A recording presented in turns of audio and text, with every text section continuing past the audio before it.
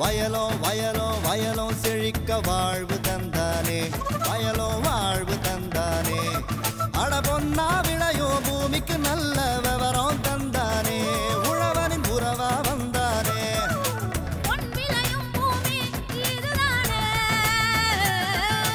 வயலோ வயலோ வயலோ செழிக்க வாழ்வு தந்தானே, வயலோ வாழ்வு தந்தானே. அட பொன்னா விளையோ பூமிக்கு நல்ல விவரம் தந்தானே, உழவனின் உறவா வந்தானே. தந்தன தந்தன தன தந்தானே, மண்வள பொங்கிட துணை வந்தானே. தந்தன தந்தன தன தந்தானே, மண்வள பொங்கிட துணை வந்தானே.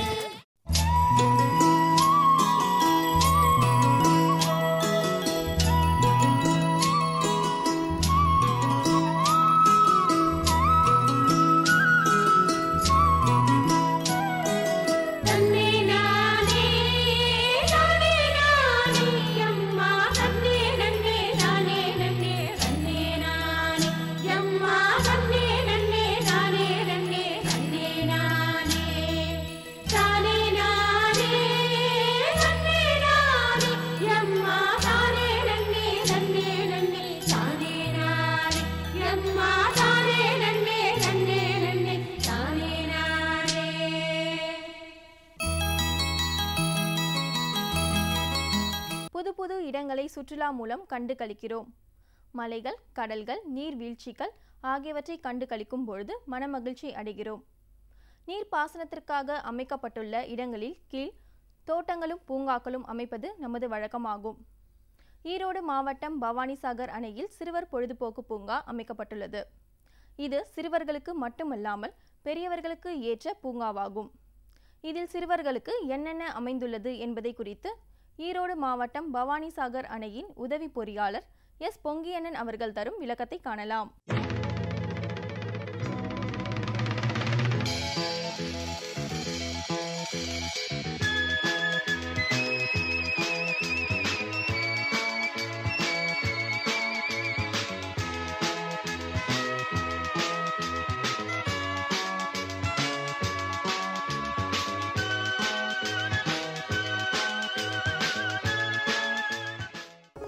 ஈரோடு மாவட்டம் பவானி சத்தியமங்கலம் மேட்டுப்பாளையம் சாலையிலிருந்து வடக்காக 10 கிலோமீட்டர் தூரம் பயணித்தால் இங்கு சென்றடையலாம்.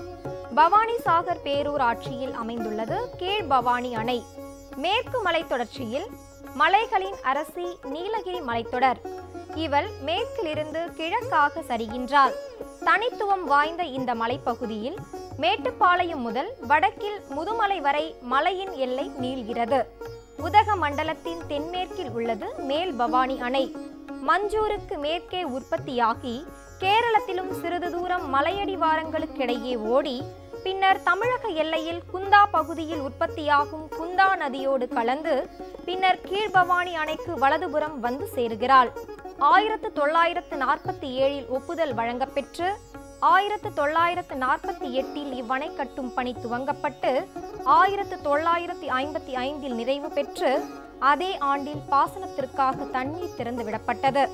தென்னிந்தியாவில் உள்ள மண்ணணைகளில் மிகப்பெரிய நீளமுடைய மண்ணணை பவானிசாகர் அணைதான். பவானிசாகர் அணையின் கீழ்ப்பகுதியின் இடதுபுறத்தில் உள்ள புங்கர் பகுதியில் தமிழ்நாடு அரசின் மீன் உற்பத்தி பண்ணைகளும் 2 நீர்மின் நிலையங்களும் அமைந்துள்ளன. இவை அரசின் பாதுகாக்கப்பட்ட இடங்கள். இவை மட்டுமன்றி தமிழ்நாடு வேளாண்மை பல்கலைக்கழகத்தின் வேளாண்மை ஆராய்ச்சி நிலையமும் இங்குள்ளது. அணையின் வலதுபுறத்தில் பொதுமக்களுக்கென மிகுந்த அக்கறையுடன் கட்டப்பட்டு பராமரிக்கப்பட்டு வரும் பொதுப்பணித்துறையின் நீர்வள ஆதாரத்துறையின் பூங்கா ஒன்று உள்ளது. இப்பூங்காவின் சிறப்பினை கூறுகிறார் பூங்காவின் உதவி பொறியாளர் திரு பொங்கியண்ணன். இப்போ நாம் பார்க்குறது வந்து கீழ்பவானி அணை பூங்கா பவானிசாகர் அணையின் வலது கரையில் அமைந்துள்ளது. ஈரோடு மாவட்டத்தில் வந்து சிறந்த சுற்றுலாத்தலமாக விளங்குகிறது. இதனுடைய பரப்பளவு வந்து பார்க்கு வந்து 15 ஏக்கர் பொதுப்பணித்துறையால் பராமரிக்கப்பட்டு வருகிறது. ஆண்டுக்கு வருவாய் குறைஞ்சது 35 லட்சத்துலேருந்து 40 லட்சம் வருஷத்துக்கு வரும்.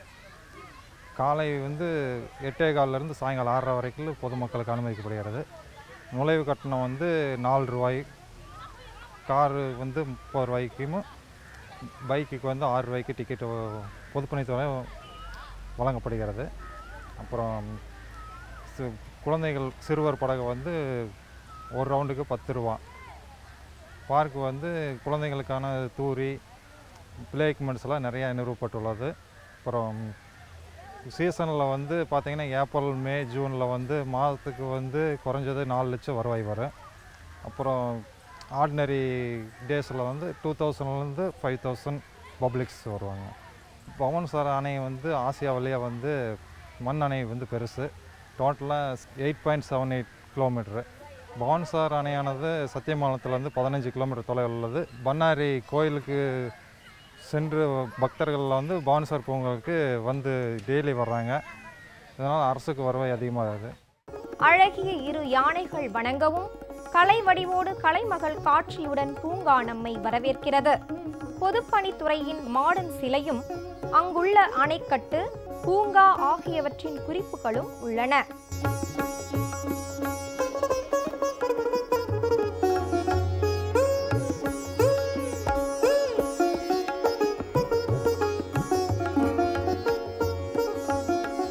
மெல்ல நடந்தால் செயற்கையாக வடிவமைக்கப்பட்ட நீர்க்குளம் உள்ளது.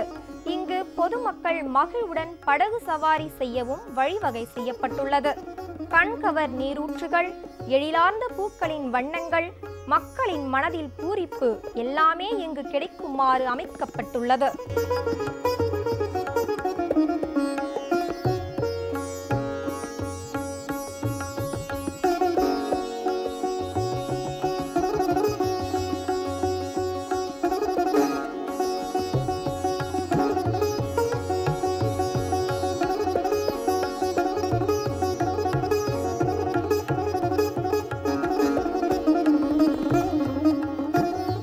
கீழ்பவானி அணை பூங்காவில் வந்து நுழைவாயிலில் வந்துட்டு லட்சுமி சிலை இருக்குது, டைனோசர், அப்புறம் சிறுவர் படகு, குழந்தைகள் விளையாடுறதுக்கு தூரி, அப்புறம் வண்ண மீன் காட்சியகம், அப்புறம் நீரூற்றுகள் உள்ளது.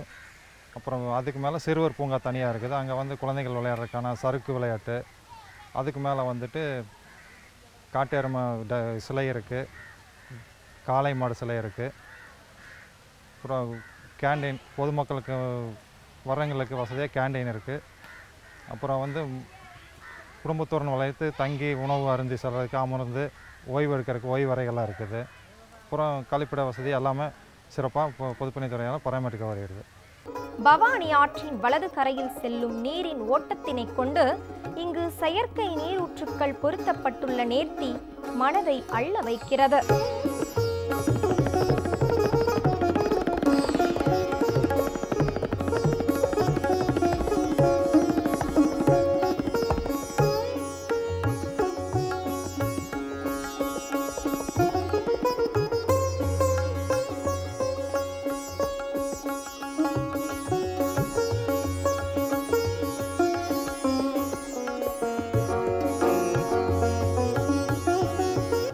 பூங்காவில் தெற்கு நோக்கி நடந்தால் காணும் இடமெல்லாம் அழகிய பூக்களின் வரவேற்பு நம் நெஞ்சை அள்ளும்.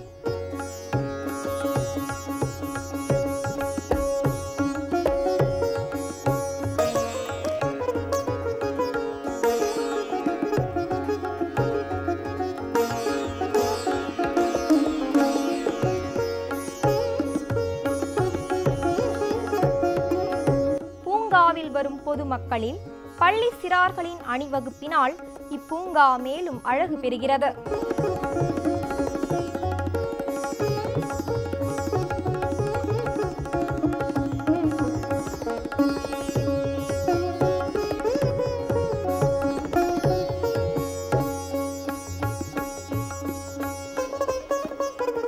மைய பகுதியில் மீன்களின் வடிவமும் இங்கு வைக்கப்பட்டுள்ள நீரூற்று கண்களுக்கு விருந்து.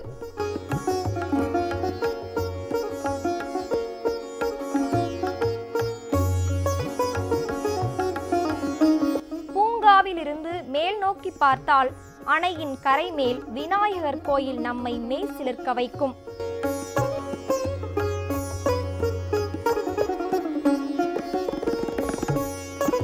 இப்பூங்காவில் கண்களுக்கு விருந்து மட்டுமன்றி வயிற்றுக்கும் அறுசுவை உண்டு. மீன் உணவு இங்கு சாலை முழுமையும் குவிந்துள்ளது. இப்பூங்காவில் சுற்றி மகிழ விடுமுறை நாட்களை பயன்படுத்தலாம்.